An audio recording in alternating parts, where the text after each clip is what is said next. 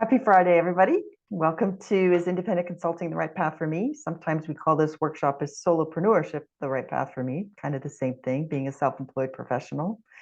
I'm Liz. I've been in consulting since the last century, nearly 15 of those as an independent consultant. But 13 years ago, I founded my first business, which is a talent agency for independent consultants who specialize in org effectiveness. As a result of growing that into a multi-million-dollar business, I got the reputation as the person to call if you have questions about independent consulting. Should I form an LLC? Is this the right thing for me to do? How do I figure out my pricing? You name it. I've been asked all of those questions. So one week, because I'm a little slow to catch on, about 5 years ago, I was invited out to had coffee on a Tuesday and on a Thursday with two different guys, and they asked me the same exact questions. And I realized, oh, people have a lot of questions. Maybe there's got to be a better way than having coffee a lot. So I reached out to two fellow independent consultants, and I said, hey, I've got this idea for an educational organization and community to help people launch and run and grow their own consulting businesses. And they said, yeah, we'll help you build it. So that's how PICA got started. So it took us 2 years to sort of build out the platform and the knowledge base and prepare, some basic websites or webinars. And I think PICA launched, you'd think I would remember, it's either 3 or 4 years ago that PICA actually launched.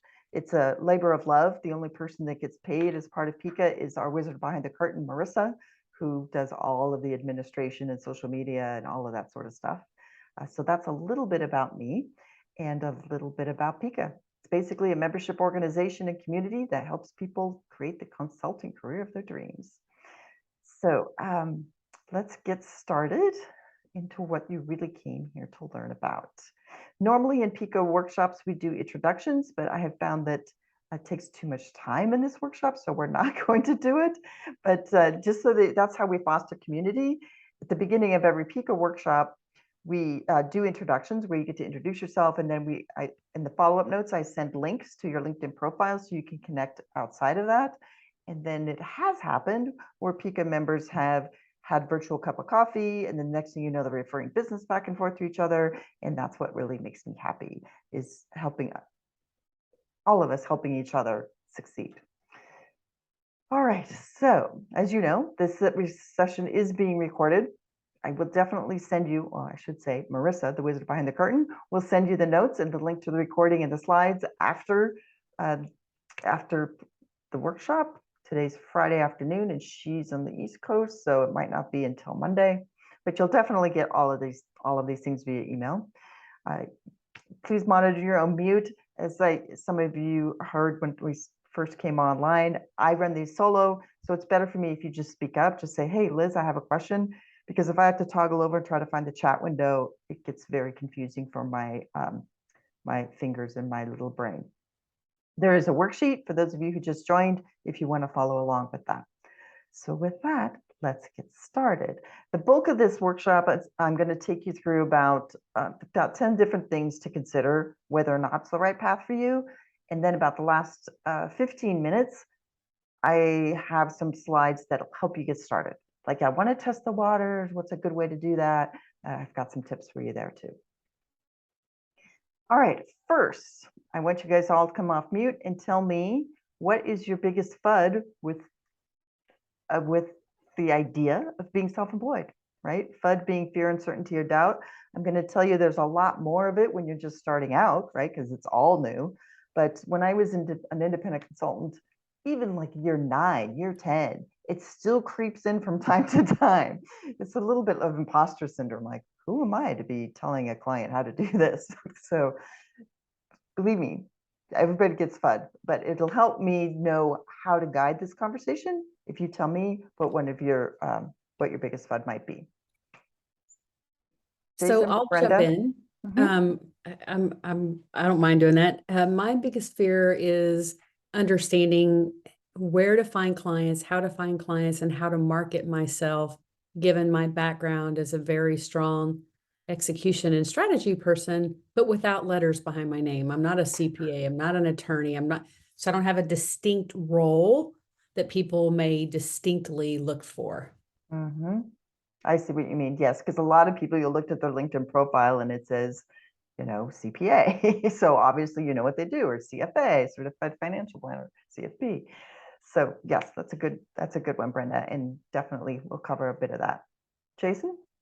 Yeah, I think Brenda hit on a good one, but also I think a lot of it also is all the, we'll call it the structure behind, right? Whether it's website or payroll support or bookkeeping or, again, client development, all of that, right? It's, how do you go out and find all those, and are they good, and how do you piece them all together? All these big considerations. Yes, and that's what PICA does particularly well. So when most people are considering stepping into self-employment, you're well established in your career. I mean, sure, kids, quote unquote, want to do it in their 20s, but they don't have a track record. Who's going to hire, maybe in social media, okay, but right, who's going to hire a marketing expert who's 27 years old when you really want to hire a marketing expert who's been doing it for 20 years? So most people that are looking to step into independent consulting tend to have decades of experience under their belt. So you're really good at your craft, but you don't necessarily know how to run your own business. How do I set it up? How do I get the clients, right? The bookkeeping, all of that stuff. And that's what PICA does particularly well. We can't teach you how to be better at your craft. That would be impossible. And there's a zillion other associations that can teach you to be a better marketer or a better financial planner or whatever. But PICA is particularly good at how do you go to business? How do you go to market as a solopreneur? So thank you, Jason. Barry, Anna? Yes, this is Anna. I'm off camera because we're currently packing to go on vacation tomorrow. So it's a disaster scene behind me. That's okay. But on the worksheet, the number one concern that I have is number one on this worksheet, which is cash flow. How do you handle the time between gigs? How do you handle, just kind of smoothing out the boom or bust kind of cycle of payment? And related to that, I would say I also have a concern on the boom or bust of time. So time management.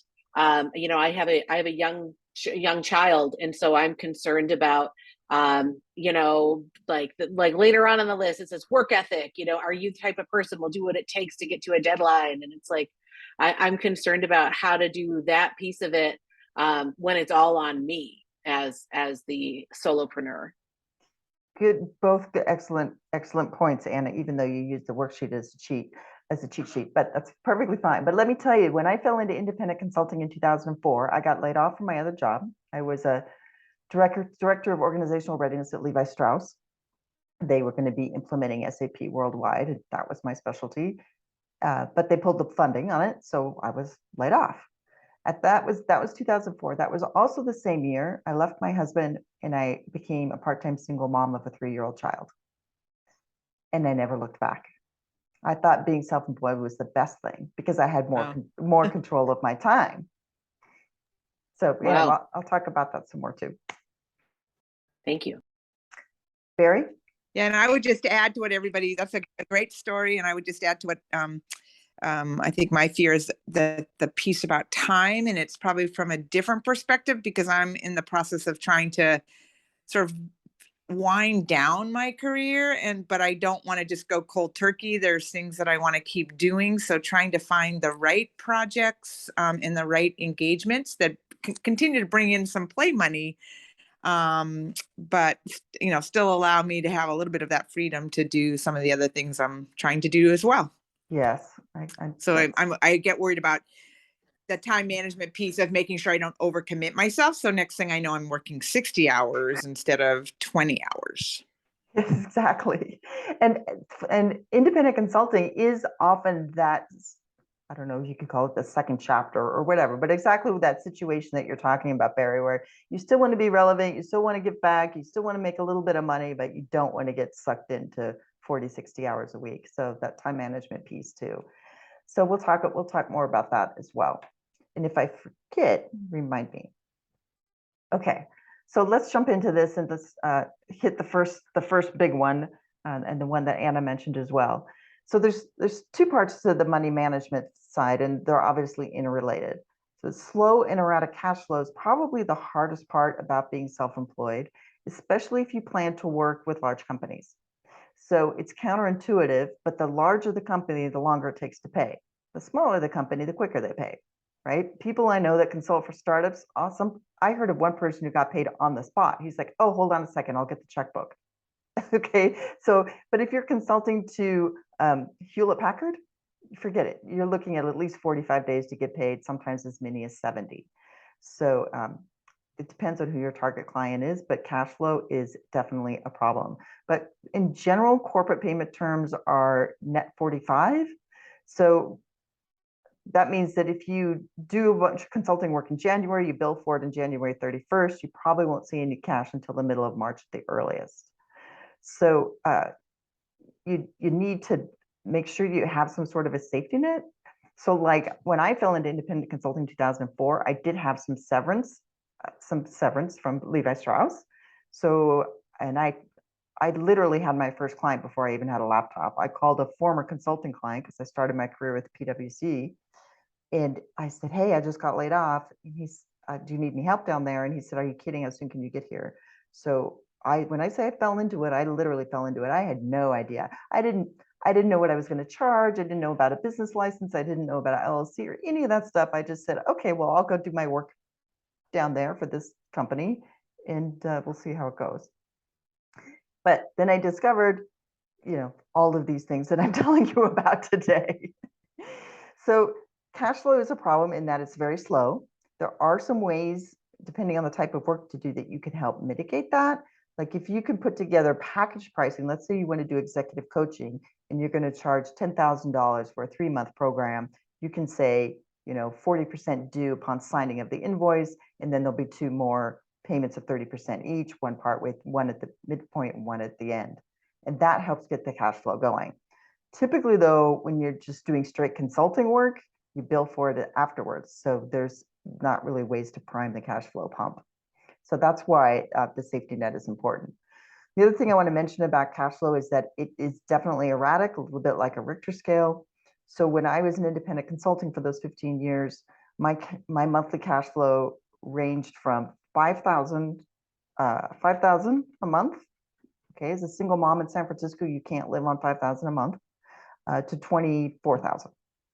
Clearly, $24,000 a month is a good living, but it doesn't always come at once. To Anna's point, that it's definitely peaks and valleys. So let me tell you my favorite trick for helping to smooth that out, to make it a little bit easier. So it did help that I had the severance pay, right? So that any money that I forget which section of my income, but one of those two, whether it was the severance pay or the money I was getting from my clients, that went into a separate bank account. And that's how I built up my my safety net. My other favorite trick, though, on a longer term basis, and this starts getting into taxes a little bit, is, I have no fiscal discipline. Doesn't matter that I have an MBA and I understand the concepts of it. That doesn't mean I can actually do it. So if I see money in my savings account, like if I see $8,000 in my savings account, I'm like, oh, we can afford to go to Hawaii for a week, even though I know it's supposed to be for quarterly taxes. So what I did is I set up a separate bank. At the time, it was an online bank called ING Direct, because I knew that if I logged into my main checking account, at the time it was Wells Fargo, and I saw my checking and my savings, I had no discipline. So here's my favorite tip. I took 40% of every invoice that was paid and I put it into the other bank. Maybe I didn't do that on the month that I only made $5,000. But believe me, on those other months that were times with the invoices that were getting paid were larger, definitely I put 40% into the other bank. Then 4 times a year when it came, or 3 times a year when it came time to pay my quarterly taxes, I transferred from online bank to normal bank and paid my quarterly taxes. There's still extra money left over. Then when it came to do my annual tax return, I had usually $20,000 to $25,000 in the second bank, and that went into my self-employed retirement account, my SEP IRA. That lowered my effective tax rate. So not only did I have plenty of money to pay my taxes, I had about 25K to put into my retirement. And that's the goose that lays the golden eggs. That's how you lower your effective tax rate. Because so if let's say I made $100,000 and I put $20,000 into my retirement account, my taxable income is only $80,000. And then that money in my retirement account is growing tax-free and it's invested, et cetera, et cetera. So that's a way to help smooth out the demands for both the taxes and sort of a safety net at the same time. So that second bank also was sort of my safety net money. So let's say it was that month that I only got $5,000 in revenue from a client. I'm like, okay, yeah, but my monthly living expenses are $9,000 or whatever. I would borrow $4,000 from the other bank, put a big sticky note right above my desk saying, you owe Bank B $4,000, and then I would pay it back. So it's a little kludgy and maybe embarrassing, but it works for me. Any questions about cash flow or taxes? Okay. I like the tip. Yeah, thank you. It made a big difference for me because nobody wants to stress out. All of a sudden you realize, oh my God, I owe $12,000 in taxes, and then you don't have the money available. So don't do that. Probably more, a little bit related though to the cash flow, of course, is dealing with uncertainty. And this depends on your area of expertise and your price point. You may always have plenty of work, or you may have to go a few months between projects, right? Back to the erratic cash flow thing. But it depends, like I said, it depends on the type of work you do, but more importantly, it depends on your nature. So let me tell you a quick story about my friend Benita. So when I was the director of organizational readiness at Levi Strauss, I had a team working with me. One of them was a former Accenture consultant. Her name is Benita. Well, when Levi Strauss pulled the plug on that program, they laid all of us off. And Benita went to work over at Kaiser Permanente.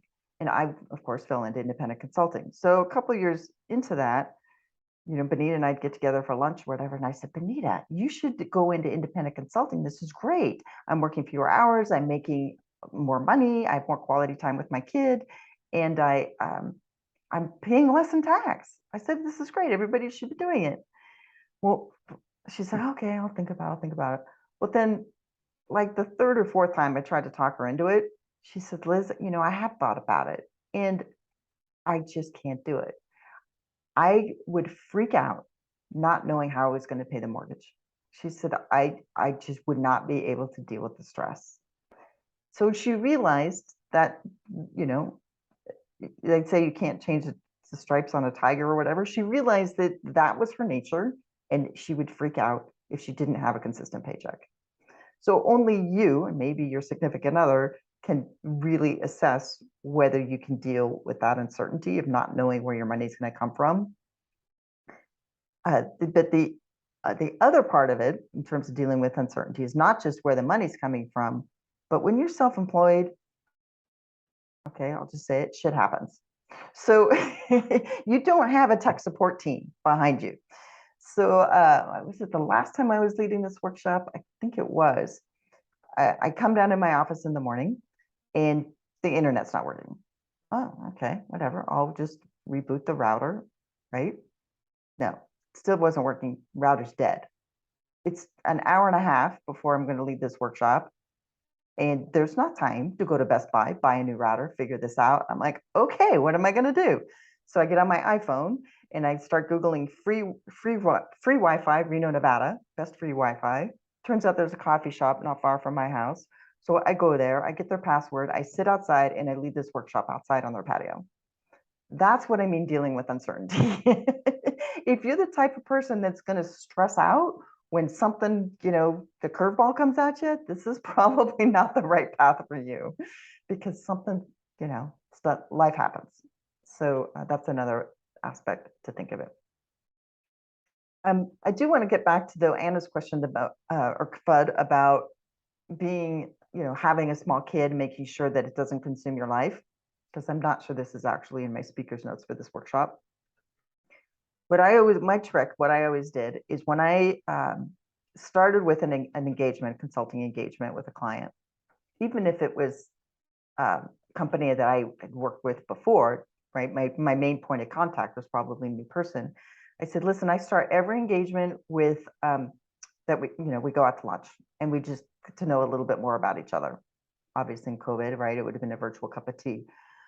But in that lunch, I'd find out more about them. How do they get into this line of work? Do they have kids? What's their life like? And then I'd say, okay, well, here's how sort of my things you need to know about me. I'm a single mom. She's 4 years old. She's in preschool. I have her, I have joint custody. So I have her the first half of the week, and then my ex has her the second half of the week. So how I work is, I get her to school in the morning, drop her off at preschool at 8:30 or whatever. Then I work until 4 when I pick her up. Then I'm literally offline. Like I turn my cell phone off from 4 to 8:30 p.m. And then I get her to bed, and then I get back online. So you'll get emails from me at 11, 12, 1 o'clock in the morning, because that's really when I get my work done. But I'm pretty much unreachable between 4 and 8 p.m. In the 15 years as an independent consultant, I never had a client push back on that. Not once. Now, when I was with the firm, when I was with PwC, yeah, that was a problem. They wanted me to be in team meetings at 6 o'clock at night, which is one of the reasons why I left PwC. But if you establish those expectations at the beginning of your engagement, it makes it, you're just managing their expectations, and it makes it a lot easier. So Anna, hopefully that gives you at least one tip to work with.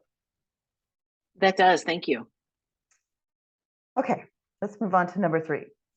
Prior consulting experience. As I tell my teenage daughter, just because you can do something doesn't mean you should.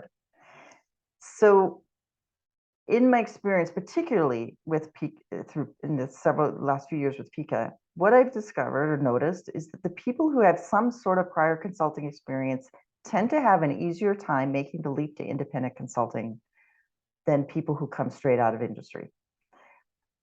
I don't have any scientific data to back this up, but my thinking is that if you've ever worked in a consulting capacity, whether that was for a large firm like I did with PwC, or maybe you were as an internal consultant with a company, like say you did organizational development or leadership development for a large company, that's sort of a consultative type of role.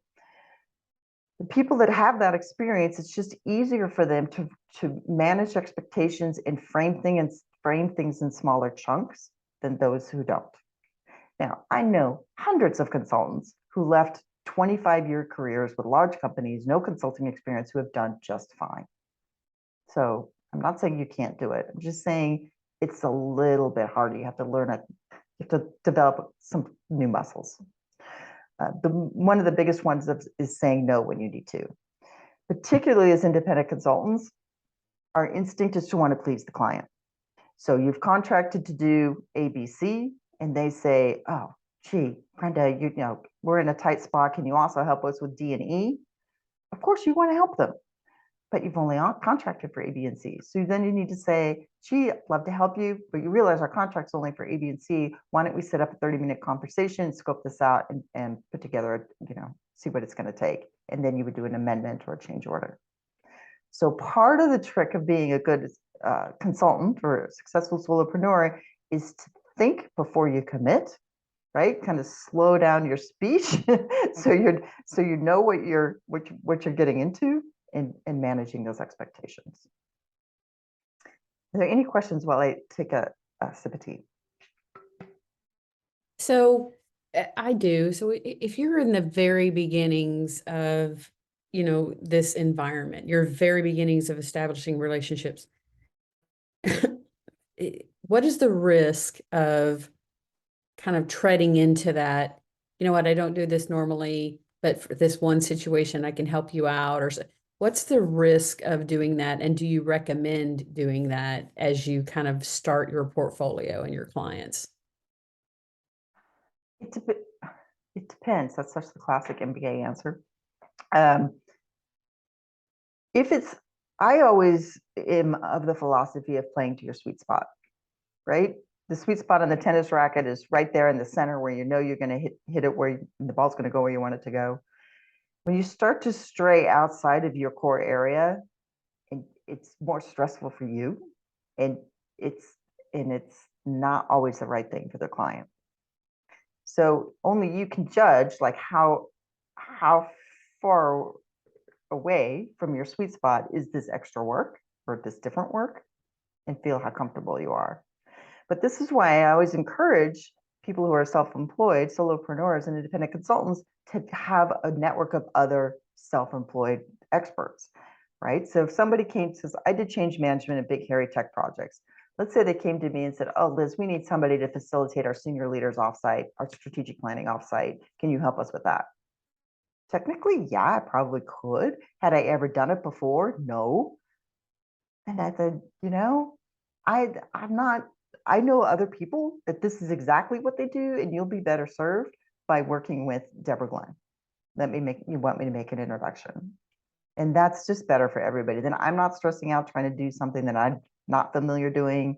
It's the right thing for the client. It's great for Deborah Glenn. Deborah will remember it. So then when somebody comes to her and says, hey, we need somebody to lead the change strategy, can you help us? She'll say, no, you need to talk to Liz Stebley. So it becomes a web, right, of referring things back and forth. But it depends, right? If it was something closer to my sweet spot, I might have said, well, yeah, let's have a conversation about how I can squeeze it in or what a change order might look like. Got it. Thank you. Does that help? Okay. All right. Where's my button? There it is. All right. So factor number 4. One of the biggest obstacles to getting started is your mental outlook. It takes a lot, big capitals, a lot, underlined exclamation point of confidence to be self-employed, because you're going to have to do things you've never done before. And so a lot of people come to this workshop because they've been laid off. That could be the best time to step out on your own because you're right, you have some severance, but it could be the worst time because maybe you're feeling like, I got laid off, right? If you have any of that negative junk going on in your brain, like, oh, I got laid off, it might not be the right move because it's going to be hard to get traction. So think about it from your prospective client's point of view. They're going to want to hire somebody that's an expert and somebody with confidence. Because they're going to be spending tens of thousands of dollars to hire you. They're not going to hire somebody who's like, yeah, I can probably help you with this. That's not going to inspire confidence in them to part with the tens of thousands of dollars. So now may be the best time or maybe the worst time, but only you know. So let me tell you another quick story. My brother worked for a large photo finishing company, Fujicolor, for like 20 years, and he got laid off. He was 50, I don't know, 55, 58 at the time, silver bordering on white hair already. And he's like, well, it says, maybe I should be a consultant because he's really good at plant operations and turning things around, stuff like that. And he says, but who's going to hire somebody, an old white guy? I'm like, well, nobody, if you go into it thinking that you're an old white guy that nobody's going to hire. So that's what I mean about your mental outlook. You have to go into it saying, I'm really great at what I do, and for the right people, right situation, I can really make a difference. Then it's going to be a lot easier. So could be the right time, could be the wrong time. All right, let's talk about the big dog, the big FUD. How do I get new clients? A couple of you mentioned, business development. How do I go to market? How do I get myself out there? This is definitely the biggest FUD I hear people say all the time. The single biggest worry that consultants have, especially if you're just getting started. So one way to get over the psychological hurdle is to avoid calling it sales, right? I managed to do quite well for myself by constantly networking. And in my mind, I've never done any business development or sales, but new clients and projects always seem to come along. And then now my business has grown into a multi-million-dollar business. And to this day, I still feel like I don't do any sales or business development because I call it outreach. I call it staying connected. I call it checking in with other people.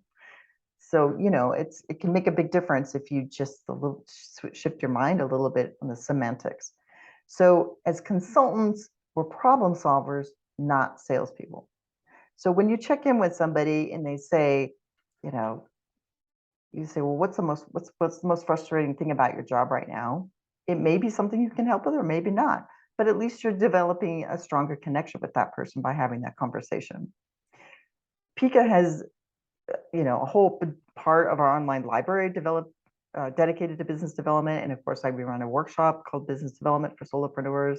So I'm not going to get into it too much here, but here are just some things to consider whether or not this might be the right path for you.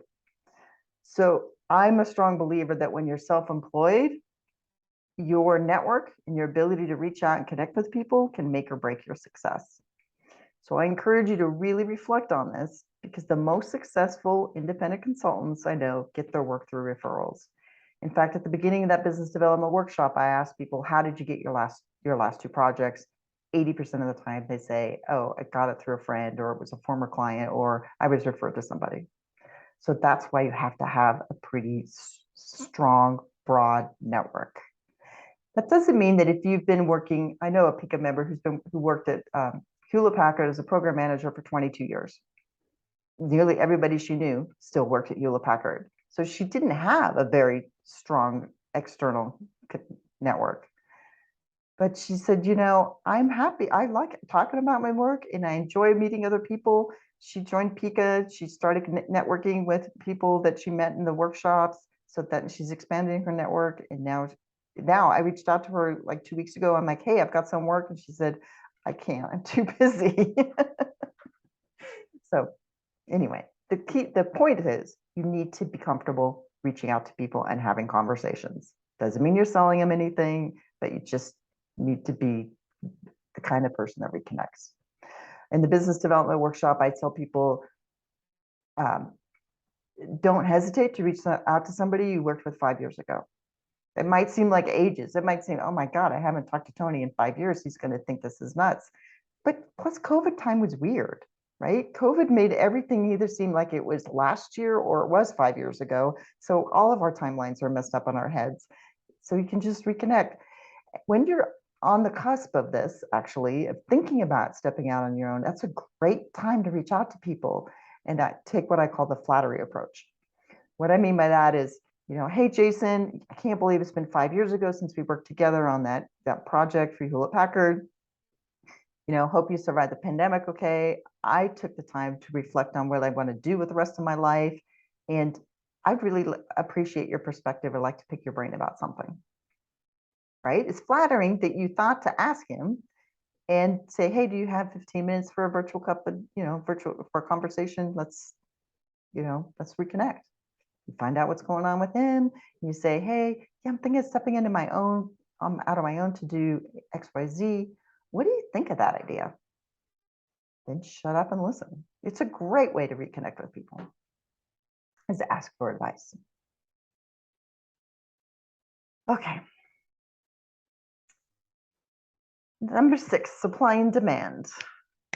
Okay, my corny phrase here is don't just roll the dice and hope for the best, but try to get a feel for what the market's like. So let me give you 2 different examples.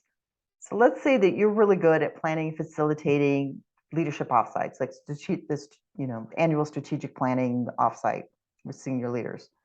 Most companies can't afford to have somebody on staff that does this, or the people that they have on staff, their HR people or whatever, are too busy or don't have the skills.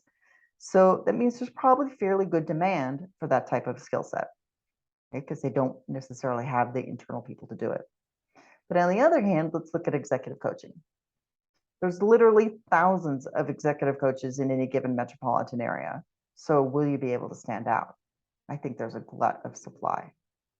Now, unfortunately, there's no easy way to gauge this, but here's a couple of ideas. First, talk to people who either do what you do or who are in a position to hire people like you. So going back to what I said about the flattery approach, you're not committing that you're going to go into independent consulting. So it's a great way to reach out to somebody who may hire you and say, and have some questions for them. Well, in what situations do you go to look for external people to help you in what situations? Right? It's a great way to reconnect and sort of gauge market demand a little bit. It's already talked about this. I call this the trial balloon email, which is a little bit along the flattery approach. Say something like, Hey, Sue, I really value your perspective. I'm thinking of starting my own consulting practice to do XYZ. It's important to say to do XYZ so they know what you're talking about. What do you think of this idea? It's a little bit like licking your finger and sticking it in the wind to see which way it's blowing, but you will get some feedback and some insight. And then, of course, it's always, you can find anything on an internet search these days, seriously. I don't know, marketing consultants, San Francisco Bay Area. It's going to return a list of, lots of ads and then big firms, or maybe a long list or maybe a short list. I don't know, but you'll learn something. So you can just dig around, ask friends, ask people, ask former clients, ask prospective clients, just get some idea. Okay. Structure versus self-starter. I've seen some super smart, accomplished people go back to a full-time job after just 6 or 9 months on their own because they lack the focus and discipline to properly set up and launch their business. I call it sort of like the shiny object syndrome. I'm thinking specifically of this guy named Dave. He was a member of one of the boot camps that I lead, which I'll tell you guys more about later. But the boot camps are 11 sessions over 8 weeks. I always get that mixed up. 11 sessions over 8 weeks. So he's in the boot camp. The thing about the boot camp is every other week the cohort meets and we say, so how did your homework go? What have you done? What have you developed? This guy was all over the map. He said, oh, well, I started building my website and then I discovered that I really wanted to do marketing automation. So then I went over there and I went and built that. And he couldn't literally check the things off the list. So that's when I added this slide. You need to be able to have the discipline that even if it's something you're not comfortable doing, that you still need to get through the checklist. You got to be a self-starter that says, all right, I really don't want to be doing my business development emails, but I know this is important and I'm going to make myself do it. So like all of these other questions, this has to do with, what kind of stripes tiger are you? Is this going to be in your nature or is it not in your nature? He also, this other guy, David, he liked the structure of being in a big company. He liked having a Monday staff meeting. He liked meeting with his boss every other Friday. He liked preparing the quarterly reports. He just sort of needed that consistent structure. He was like a vice president when he stepped out into independent consulting, but he just, enough said. He didn't like it. It wasn't comfortable for him. He would have saved himself, 6 to 9 months of stress and agony if he had just sort of thought this through at the beginning. That, yeah, maybe I'm kind of a big firm kind of person. Okay. The big, this used to be a bigger elephant in the room than it is now, but it's still a big one. Even though now we have the health exchanges, so at least when you're self-employed, you can buy health insurance. It's less of an obstacle than it used to be, but it's still more expensive than ever, right? Obviously, if you have a spouse or domestic partner with company-sponsored insurance, it's less of consideration. Or if you've been laid off, just save yourself the research and go with COBRA as long as you can. Even though COBRA is going to be more expensive than what you were paying, because now you have to pay 100% of the premium, it's still less expensive because it's a group plan. Group insurance plans are always less expensive than individual plans because they spread the risk out over the other 20,000 employees or whatever. So if you can't go COBRA, definitely go COBRA for as long as you can. My second piece of advice, though, is to work with a health insurance broker, because they get paid by the insurance companies, doesn't cost you anything, and they can really cut through the chase. I had 2 examples with this. When I fell into independent consulting in 2004, I was on COBRA. So then when it came to 2005 or 6, I don't know how long COBRA lasted back then, I needed insurance for me and my daughter. So I didn't even know where to start. The health exchanges didn't exist. Somebody said, oh, you should talk to, I don't know, I'll make up his name, John Smith, because he's a broker, he'll help you out. So, I sent a note to John Smith. I said, I need a family plan. I'm self-employed. I have a 3-year-old daughter. So we get on the phone call and he says, family plans are designed for 4 people. Is it just you and 1 kid? And I said, yeah. He said, you're better off doing 2 individual plans, one for you and one for your daughter. I said, well, she's only 4 years old. He said, doesn't matter. She can still be on her own plan. Her insurance was $60 a month okay, that was back in 2005, but still a family plan would have been a lot more because I was getting coverage I didn't need. So that was tip number 1. Then when I moved to Nevada 2 years ago, right, I had to get new insurance. I found another health insurance broker. She set me up with an HSA compatible plan so I could put more pre-tax dollars into my health savings account. That's a different story. And so then the plan renewed a year later. I just, clicked renew or whatever, it automatically renewed. She called me a couple of weeks later. She said, Liz, did you renew that insurance plan? I said, well, yeah. Was what? I didn't know any different. She said, no, they discontinued that HSA compatible insurance plan and they automatically moved you to a non-HSA compatible plan. And I know HSA is really important to you, so we need to find you a new plan. I never would have paid any attention to that.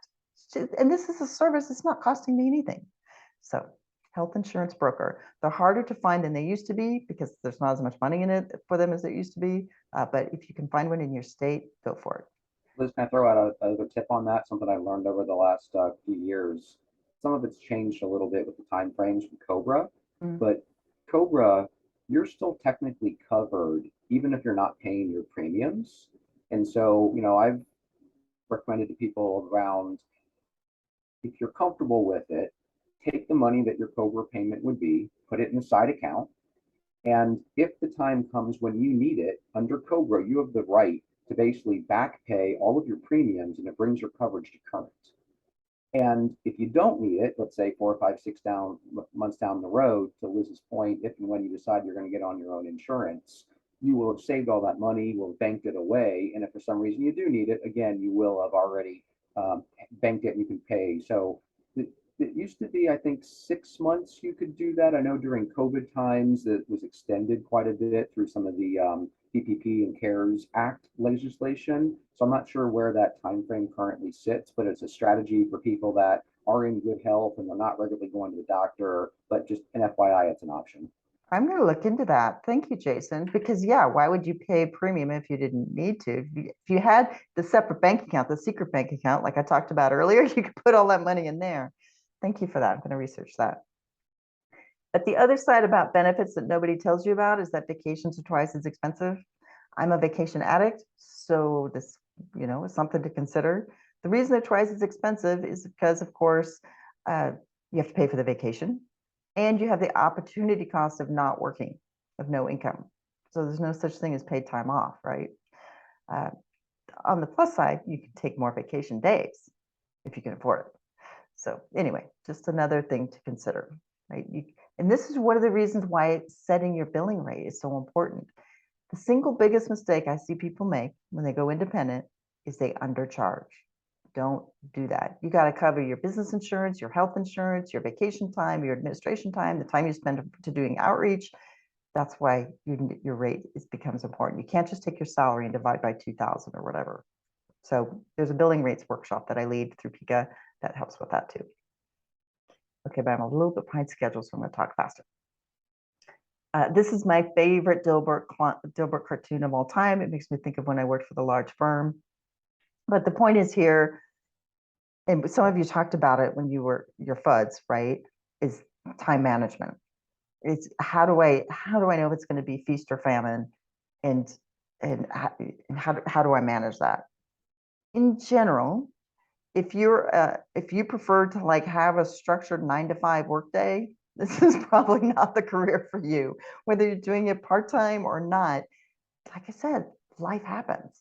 So, but the key thing to be successful as a solopreneur is you have to keep your word. So if I tell you I'm going to get these notes to this workshop out to you by end of day today, and then my daughter comes in here and she broke her ankle and I got to take her to the emergency room and we don't get back till 10 o'clock at night, but I committed to you, I'd have this to you by end of day today, guess who's back at their computer at 10 o'clock? That's what it takes to be successfully self-employed. The other trick to that, though, is to underpromise and overdeliver. That's the golden rule of consulting. Underpromise, overdeliver. So if I tell you I'm going to get these slides to you by end of day Monday, and I get them to you by end of day today, you're pleasantly surprised and delighted. But that's what I mean by you have to slow down your brain before you commit to things. And I'm not going to get you the stuff by end of day today. But anyway, it's another thing to consider in terms of your. I think it was Anna and Brenda who mentioned, how do I make sure I'm not overcommitting? It's a lot about that initial conversation up front. And Brenda, in your situation, you can be very honest with people and say, I'm half retired or I'm semi-retired. I'm doing this work because I love this work. And so I want to be careful that our expectations are aligned, right? I'm happy to help you up to 20 days a week or 20 hours a week, or, I'm happy to help you over the next 4 months. But, my plan is to only work 4 months, then take a month off, then work 4 months, or whatever the situation is. But it's really about managing the expectations up front that helps to smooth out their expectations, really. The other thing, like Anna, for you, right, it's more on like a daily or weekly basis. You need to just tell people, listen, I got a young kid. The reason I'm self-employed is so I can spend more quality time with my kid. And people normally understand that sort of thing. It also depends on the type of work you do. The type of work I did was change strategy and implementation of big, hairy tech projects, like implementing SAP or Oracle worldwide. I'd done that so many times. I knew what the project lifecycle was going to be. I knew around, months 1 through 3 were going to be pretty intense at doing all the assessment and planning. Then there was probably going to be a lull in my work. Then when they got into the testing phase, there'd be a little uptick. Then there'd be another lull. And then when there's the ramp up to the release date or the go live, I knew I was going to be crushed. So I would schedule my vacation or off time accordingly. But again, it depends on the type of work you do. Okay, I got 10 minutes. All right, job fulfillment. This is really what it's all about, right? How am I going to be the happiest and still pay my bills and save for my retirement and all that sort of stuff? So this is the squishy part, right? If you like being a part of a team, you might be better off, with what I call a real job, an internal job. If you like mentoring others or seeing your events, the fruits of your labor play out over time, because as a consultant, you can have a sense of mentorship and teamwork, but it does fizzle out, right? You move on to the next thing. Although it's a really good idea to place notes in your calendar for 3 months, 6 months, 9 months out to go back and double check, go back to the consultant or the client and say, hey, it's been 6 months. How are things working out? Because it's a good excuse for another checkpoint. But basically, if any of these things resonate with you, then independent consulting might not be the right thing. On the other hand, now PICA exists, and you can find your other people that are self-employed, which makes it a lot better. When I was self-employed, I didn't know anybody else that was self-employed, so it really was just me on my own, right? But now there's lots of us, so and you can find your people and get the help you need. Oh, this reminds me of something. Once a week, unless I'm on vacation, I hold office hours for PICA members, and sometimes nobody comes. It's a little bit like in college, right? Where you stop by to talk to your professor. Sometimes nobody comes. Sometimes 5, 6, 7 people will be there. A couple of weeks ago, somebody dropped into office hours. I'm like, Dave, what's going on? I haven't talked to you in a while. I said, how can I help you? He says, I literally have no questions for you, Liz. I just felt like I hadn't seen you in a while and kind of feeling like I was out here on my own. So I thought I'd just drop in and reconnect. So it was lovely. So not necessarily, we like to say, just because you're a solo consultant doesn't mean you have to do it alone. All right, so I promised you some tips for getting started, how to test the waters. And I've got several slides on this, and I'll go through them pretty quickly because you are going to get these in the mail, probably on Monday. So in general, I am not a fan of subcontracting. In fact, I trademarked the phrase, friends don't let friends W-2, because when you subcontract, you're usually paid on a W-2 basis versus a business-to-business 1099 basis. That said, when you're just starting out, this is a great way to test the water because you don't need do much of anything except the work, right? The agency's going to find the work. They're going to figure out, they negotiate the contract. They negotiate the rate. They do all of that sort of stuff. And really, you just need to do the work. So it's terrific for just starting out. The biggest drawback is you're only going to make 65% of what you're worth. So that's why I think it's a short-term strategy. And that's why I trademarked that phrase, friends don't efforts W2.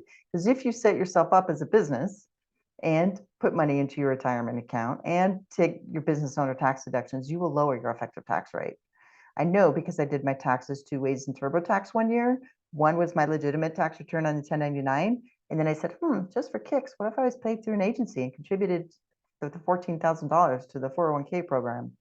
I saved $8,000 in tax by being a self-employed business. So that's why I ended up trademarking the phrase.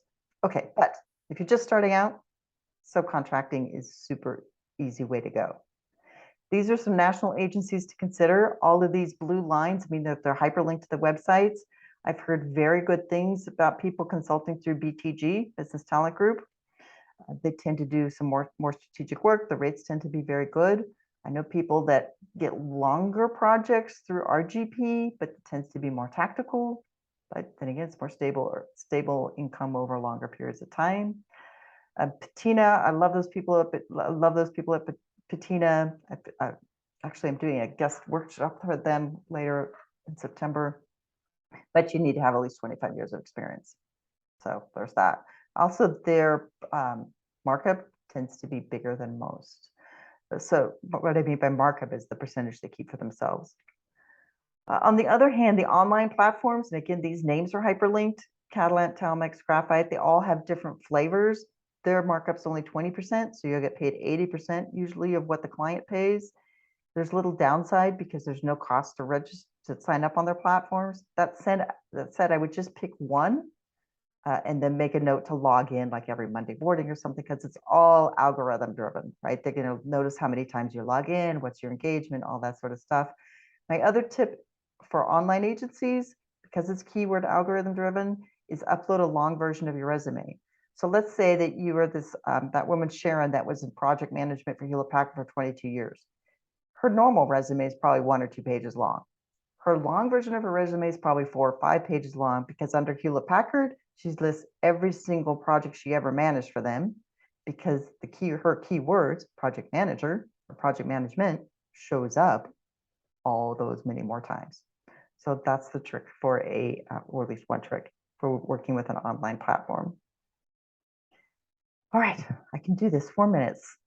But if you're pretty sure you want to do it, how to get started. So next steps, 100%. Number one, you need to talk it over with your significant other. I don't care if that's your best friend, your wife, your spouse, your domestic partner, your child. It's hard and you need a support network. So talk it through with somebody you know and trust. You can try PICA for $69.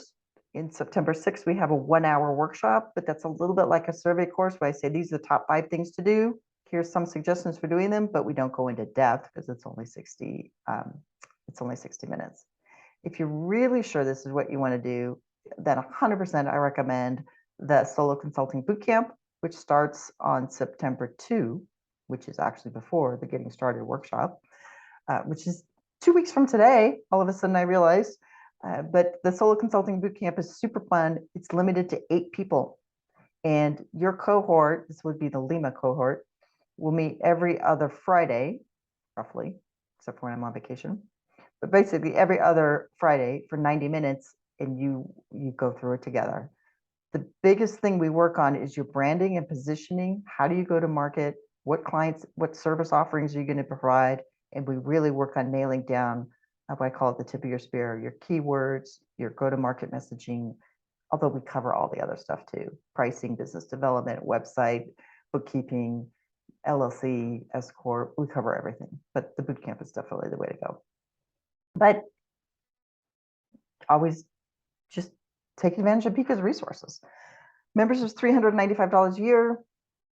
So that's a hell of a deal, because you get access to everything. There's a surcharge for the bootcamp though, because there's 5 cohort coaching sessions. I hate this part of the workshop where I have to tell you guys all that stuff. So that's it. I am going to stop the recording so we can have some informal chat off the record. And if you have any questions at all, send me a note. My email is lstebele@picanetwork.org. LSTEB is a boy, LAY. Thanks, guys.